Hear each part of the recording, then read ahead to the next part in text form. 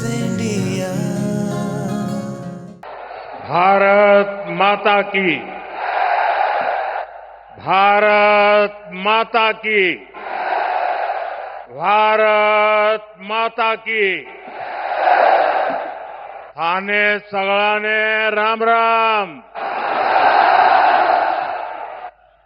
राजस्थान के राज्यपाल हरिभाऊ बागड़े जी, यहां के लोकप्रिय मुख्यमंत्री श्रीमान भजनलाल जी, पूर्व मुख्यमंत्री बहन वसुंधरा राजे जी, केंद्रीय कैबिनेट के मेरे साथी अश्विनी वैष्णव जी, अर्जुन राम मेघवाल जी, राजस्थान की उप मुख्यमंत्री दिया कुमारी जी, प्रेमचंद जी, राजस्थान सरकार के अन्य मंत्रीगण, संसद में मेरे साथी मदन राठौड़ जी, अन्य सांसद और विधायकगण और मेरे प्यारे भाई और बहनों, आप सभी यहां इतनी विशाल संख्या में आए हैं और इतनी भयंकर गर्मी के बीच, और आज इस कार्यक्रम से देश के 18 राज्य और केंद्र शासित प्रदेशों से भी लाखों लोग ऑनलाइन आज यहां हमारे साथ जुड़े हैं। अनेक राज्यों के राज्यपाल, मुख्यमंत्री, लेफ्टिनेंट गवर्नर, अन्य जनप्रतिनिधि आज हमारे साथ हैं। मैं देश भर से जुड़े सभी महानुभावों का, जनता जनार्दन का अभिनंदन करता हूं। भाइयों और बहनों, मैं यहां पर करणी माता का आशीर्वाद लेकर आपके बीच आया हूं। करणी माता के आशीर्वाद से विकसित भारत बनाने का हमारा संकल्प और मजबूत हो रहा है। थोड़ी देर पहले विकास से जुड़ी 26,000 करोड़ रुपए की परियोजनाओं का यहां शिलान्यास और लोकार्पण हुआ है। मैं इन परियोजनाओं के लिए देशवासियों को, राजस्थान के मेरे भाई बहनों को बहुत बहुत बधाई देता हूं। साथियों, विकसित भारत बनाने के लिए आज देश में आधुनिक इंफ्रास्ट्रक्चर बनाने का बहुत बड़ा महायज्ञ चल रहा है।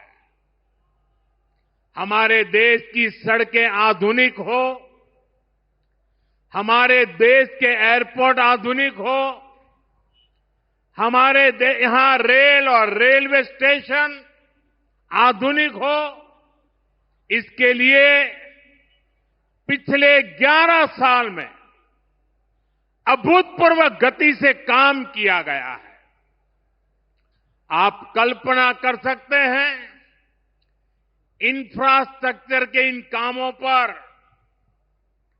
देश पहले जितना पैसा खर्च करता था, आज उससे 6 गुना ज्यादा पैसा खर्च कर रहा है।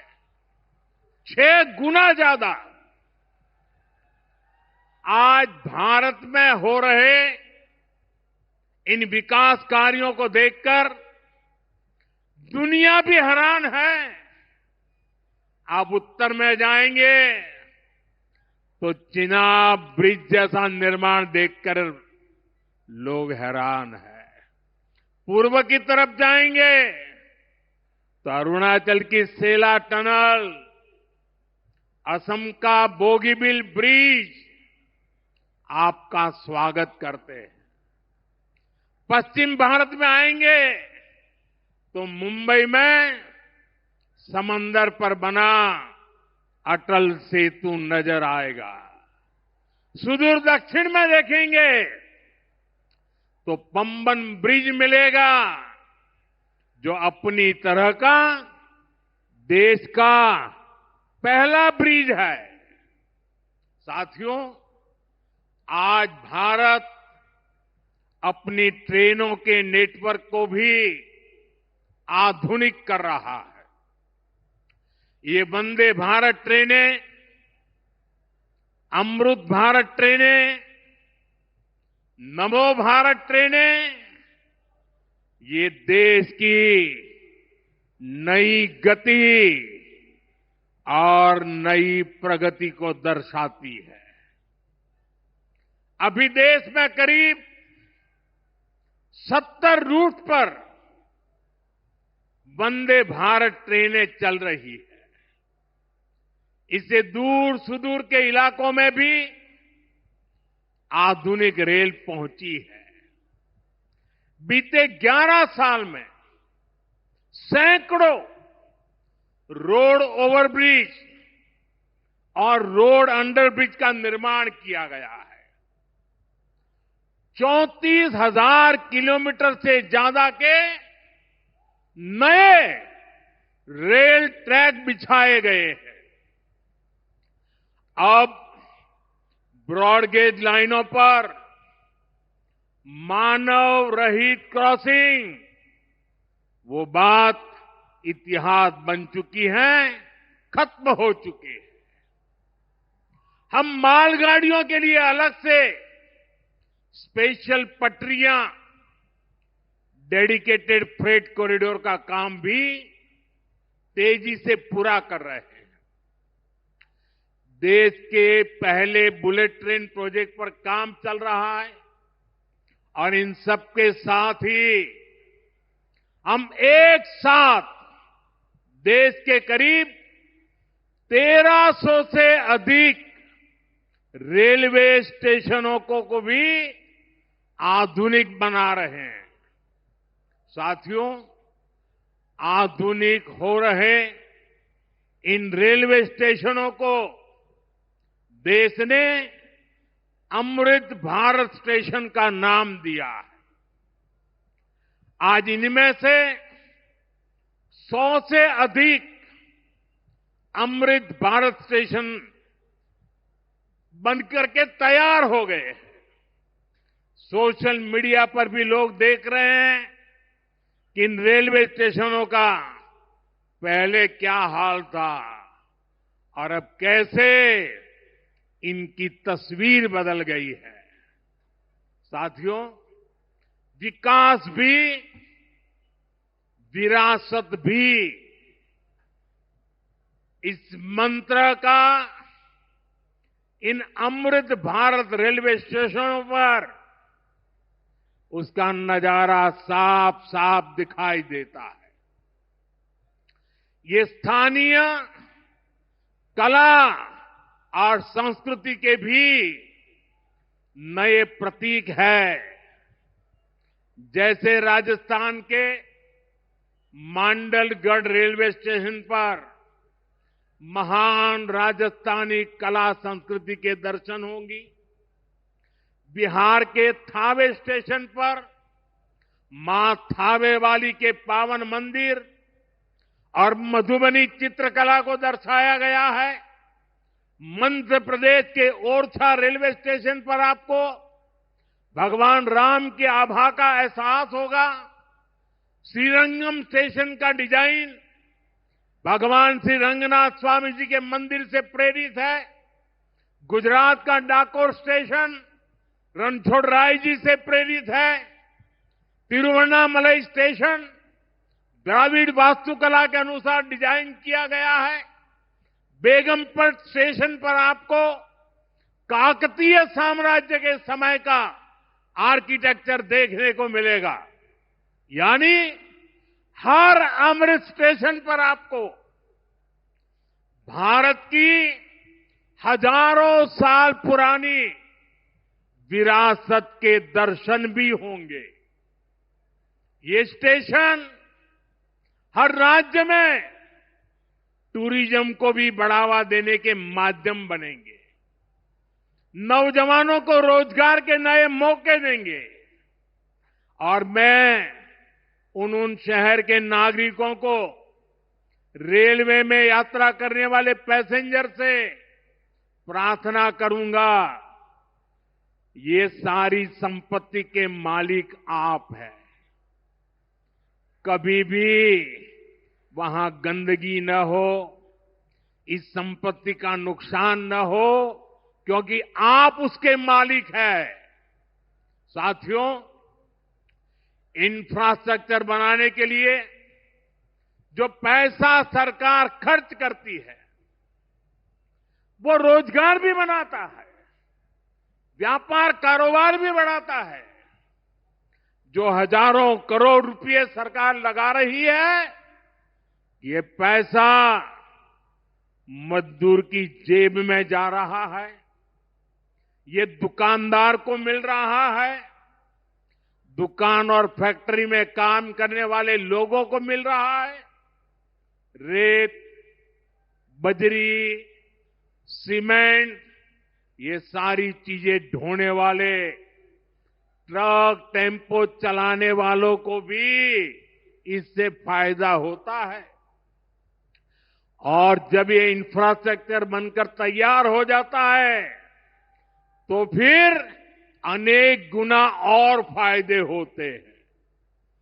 किसान की उपज कम कीमत में बाजार तक पहुंचती है, वेस्टेज कम होती है, जहां सड़कें अच्छी होती हैं, नई ट्रेनें पहुंचती हैं, वहां नए उद्योग लगते हैं, पर्यटन को बहुत बढ़ावा मिलता है। यानी इंफ्रास्ट्रक्चर पर लगने वाले पैसे से हर परिवार का, खास तौर पर हमारे नौजवानों का सबसे अधिक फायदा होता है।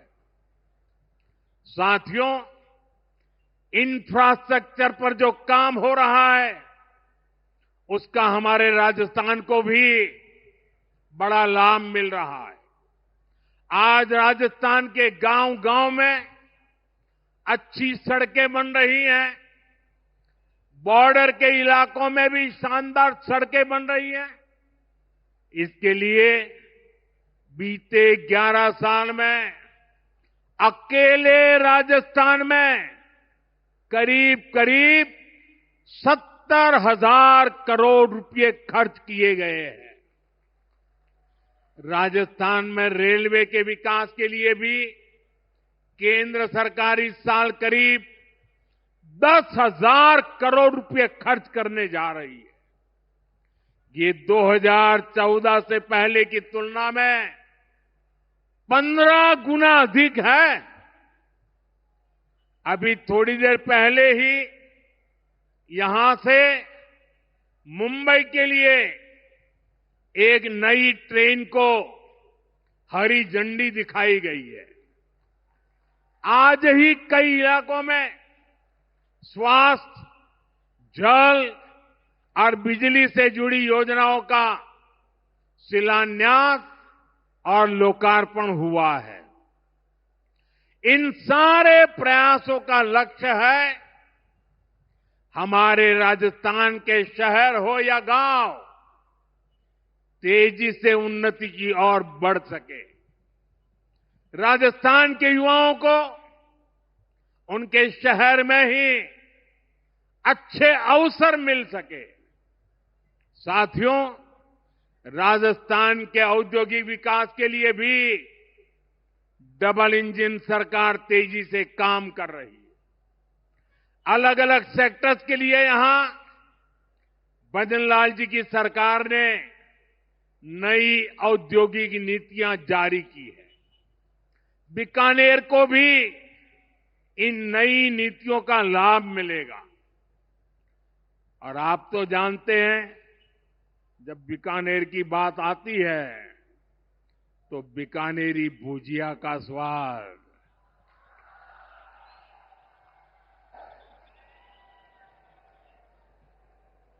और बीकानेरी रसगुल्लों की मिठास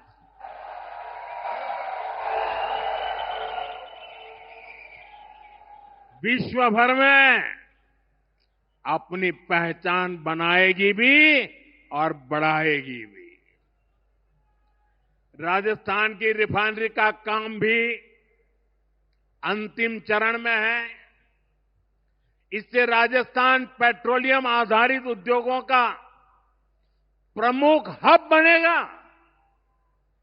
अमृतसर से जामनगर तक जो 6 लेन का इकोनॉमिक कॉरिडोर बन रहा है, वो राजस्थान में श्रीगंगानगर, हनुमानगढ़, बीकानेर, जोधपुर, बाड़मेर और जालोर से गुजर रहा है।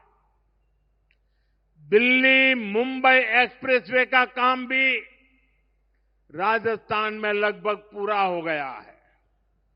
कनेक्टिविटी का ये अभियान राजस्थान में औद्योगिक विकास को नई ऊंचाई पर ले जाएगा। साथियों, राजस्थान में पीएम सूर्यघर मुफ्त बिजली योजना भी तेजी से आगे बढ़ रही है। इस योजना से राजस्थान के 40,000 से ज्यादा लोग जुड़ चुके हैं। इससे लोगों का बिजली बिल 0 हुआ है और लोगों को सोलर बिजली पैदा करके कमाई का नया रास्ता भी मिला है। आज यहां बिजली से जुड़े कई प्रोजेक्ट का शिलान्यास और लोकार्पण हुआ है। इनसे भी राजस्थान को और ज्यादा बिजली मिलेगी। बिजली का बढ़ता उत्पादन भी राजस्थान में औद्योगिक विकास को नई गति दे रहा है। साथियों, राजस्थान की ये भूमि रेत के मैदान में हरियाली लाने वाले महाराजा गंगा सिंह जी की भूमि है। हमारे लिए पानी का क्या महत्व है, यह इस क्षेत्र से बेहतर भला कौन जानता है। हमारे बीकानेर, श्रीगंगानगर, हनुमानगढ़, पश्चिम राजस्थान के ऐसे अनेक क्षेत्रों के विकास में पानी का बहुत बड़ा महत्व है। इसलिए एक तरफ हम सिंचाई परियोजनाओं को पूरा कर रहे हैं और साथ ही नदियों को जोड़ रहे हैं। पार्वती, काली सिंध, चंबल लिंक परियोजना से राजस्थान के अनेक जिलों को लाभ होगा। यहां की धरती, यहां के किसानों को फायदा होगा। साथियों,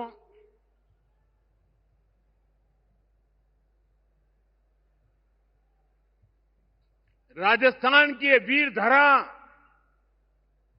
हमें सिखाती है कि देश और देशवासियों से बड़ा और कुछ नहीं।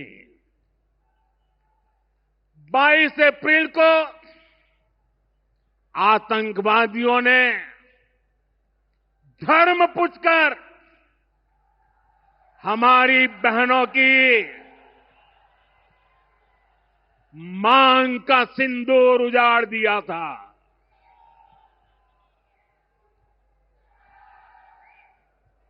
वो गोलियां पहलगाम में चली थी, लेकिन उन गोलियों से 140 करोड़ देशवासियों का सीना छलनी हुआ था।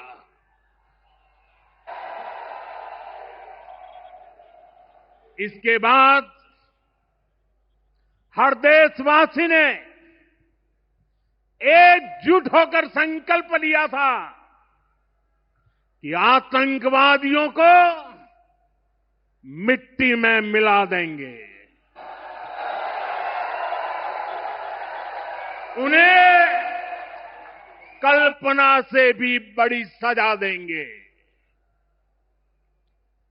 आज आपके आशीर्वाद से, देश की सेना के शौर्य से हम सब उस प्रण पर खरे उतरे हैं। हमारी सरकार ने तीनों सेनाओं को खुली छूट दे दी थी।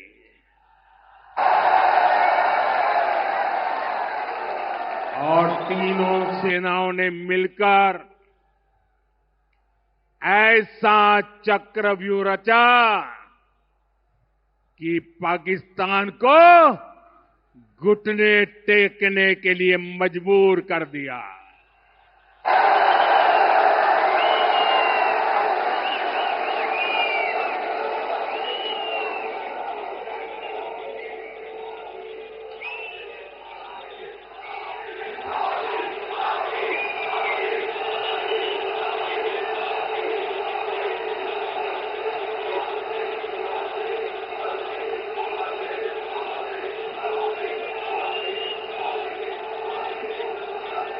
साथियों,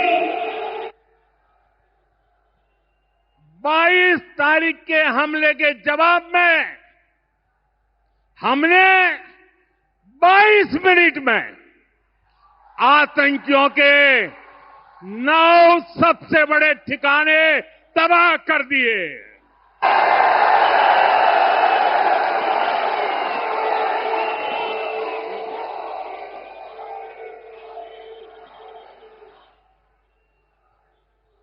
दुनिया ने और देश के दुश्मनों ने भी देख लिया कि जब सिंदूर बारूद बन जाता है तो नतीजा क्या होता है।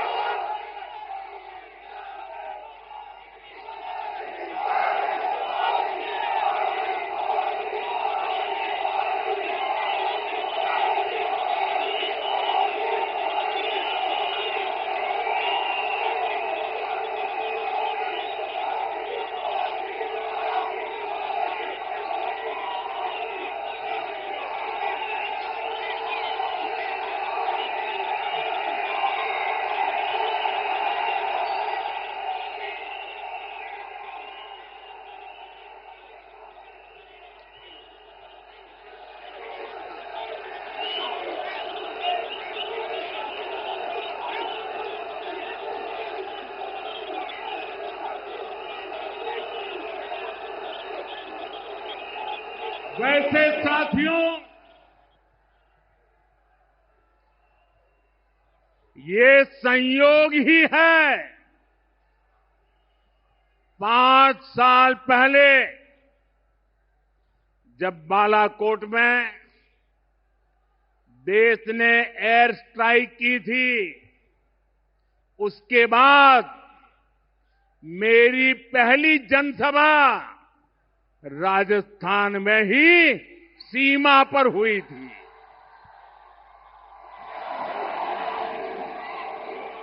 वीर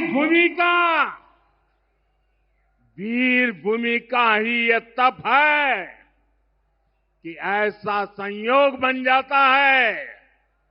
अब इस बार जब ऑपरेशन सिंदूर हुआ तो उसके बाद मेरी पहली जनसभा फिर यहां वीरभूमि राजस्थान की सीमा पर बीकानेर में आप सभी के बीच हो रही है।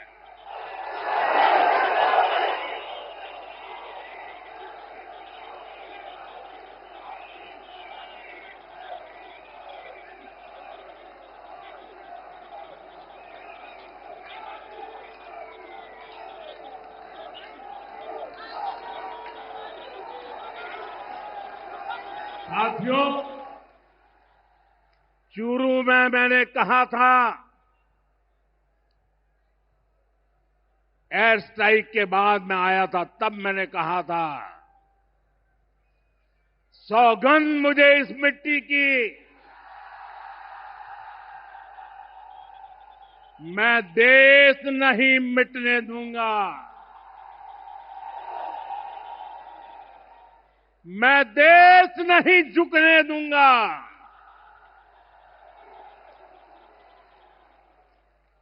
आज मैं राजस्थान की धरती से देशवासियों से बड़ी नम्रता के साथ कहना चाहता हूं, मैं देश के कोने कोने में जो तिरंगा यात्राओं का हुजूम चल रहा है,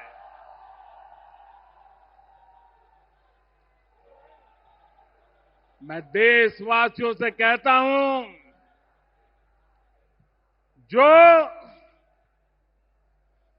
जो सिंदूर मिटाने निकले थे, जो सिंदूर मिटाने निकले थे, उन्हें मिट्टी में मिलाया है।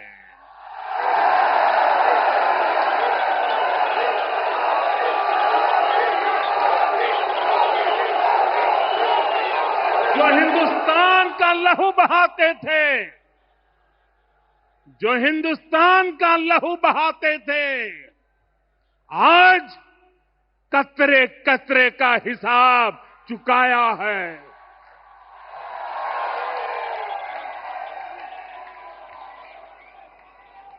जो सोचते थे भारत चुप रहेगा, आज वो घरों में डूब डूब के पड़े हैं।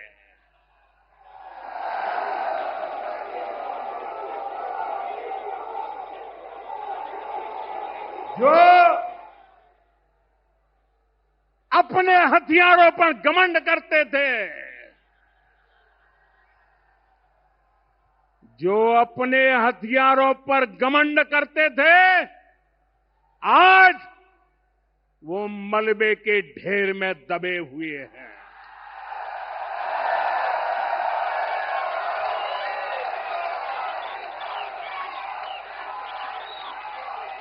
मेरे प्यारे देशवासियों, ये शोध प्रतिशोध का खेल नहीं, ये शोध प्रतिशोध का खेल नहीं, ये न्याय का नया स्वरूप है।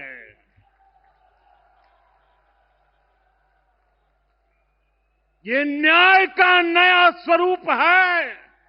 ये ऑपरेशन सिंदूर है।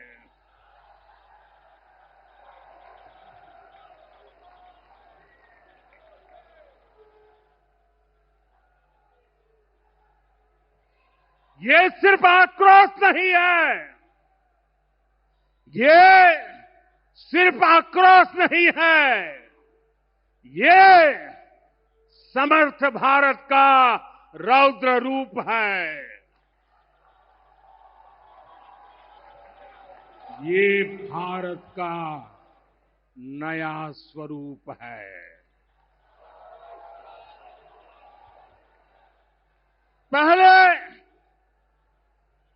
पहले घर में घुसकर किया था वार, पहले घर में घुसकर किया था वार, अब सीधा सीने पर किया प्रहार है।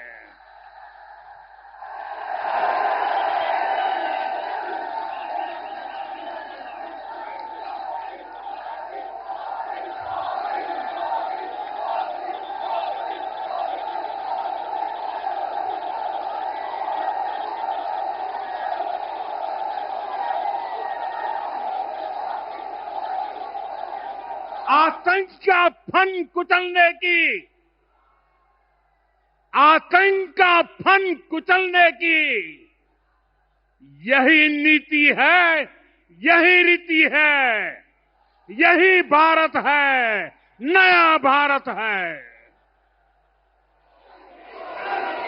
बोले भारत माता की, भारत माता की, भारत माता की। साथियों, ऑपरेशन सिंदूर ने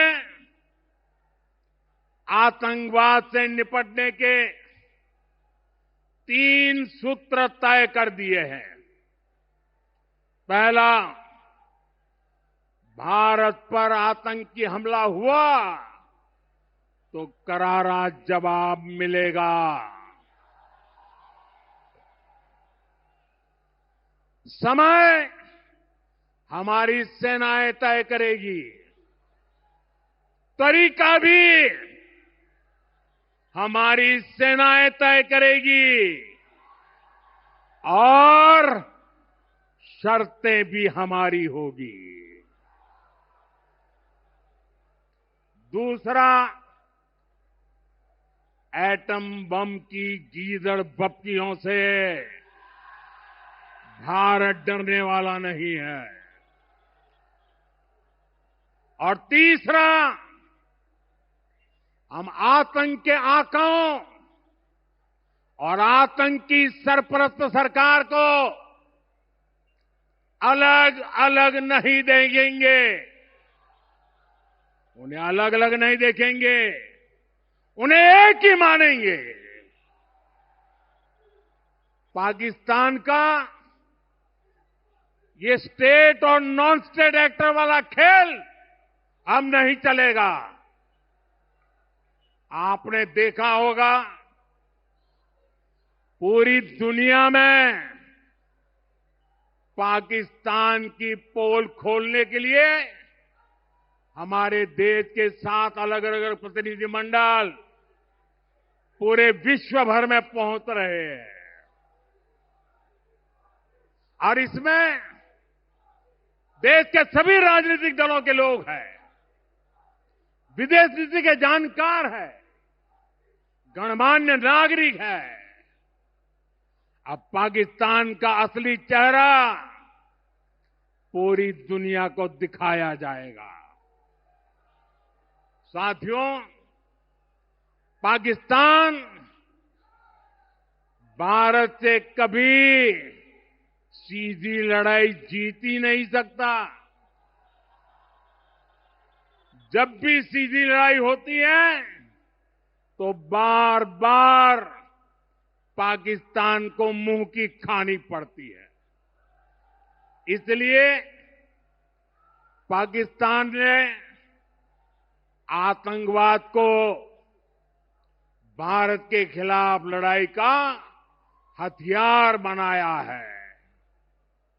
आजादी के बाद पिछले कई दशकों से यही चला आ रहा था। पाकिस्तान आतंक फैलाता था, निर्दोष लोगों की हत्याएं करता था, भारत में डर का माहौल बनाता था। लेकिन पाकिस्तान एक बात भूल गया, अब मां भारती का सेवक मोदी यहां सीना तान कर खड़ा है।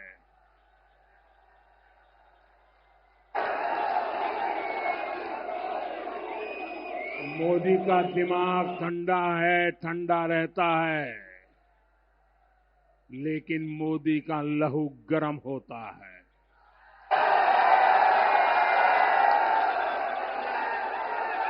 और अब तो मोदी की नसों में लहू नहीं, गरम सिंदूर बह रहा है।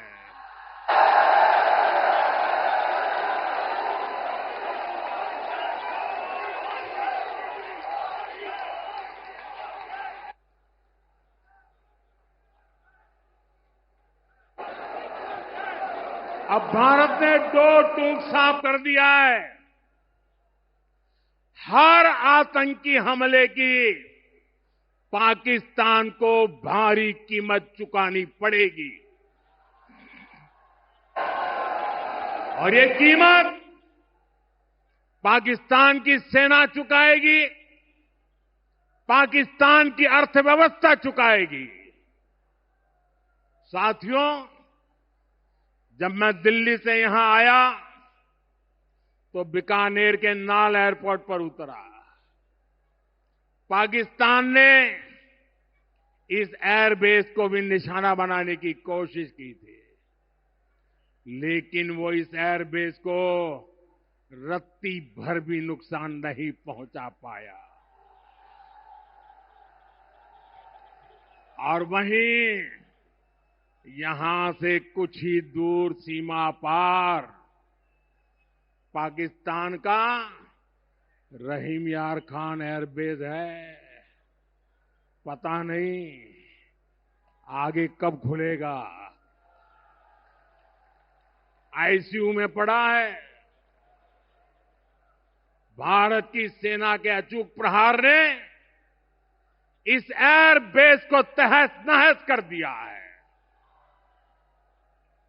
साथियों, पाकिस्तान के साथ न ट्रेड होगा न टॉक।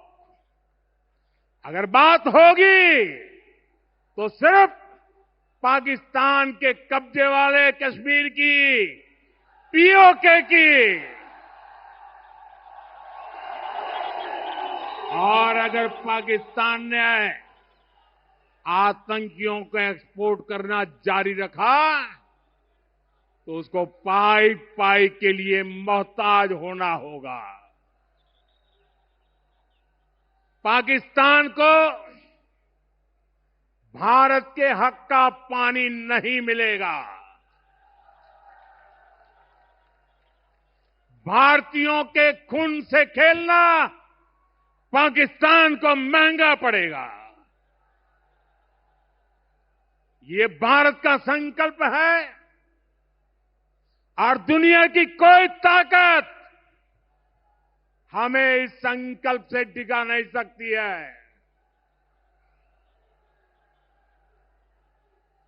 भाइयों और बहनों, विकसित भारत के निर्माण के लिए सुरक्षा और समृद्धि दोनों जरूरी है।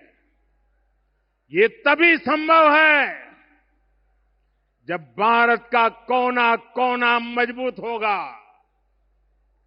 आज का ये कार्यक्रम भारत के संतुलित विकास का, भारत के तेज विकास का उत्तम उदाहरण है। मैं एक बार फिर इस वीर धरा से सभी देशवासियों को बधाई देता हूं। मेरे साथ बोलिए, दोनों मुट्ठी बंद करके पूरी ताकत से बोलिए, भारत माता की, भारत माता की, भारत माता की। वंदे वंदे वंदे वंदे वंदे वंदे वंदे वंदे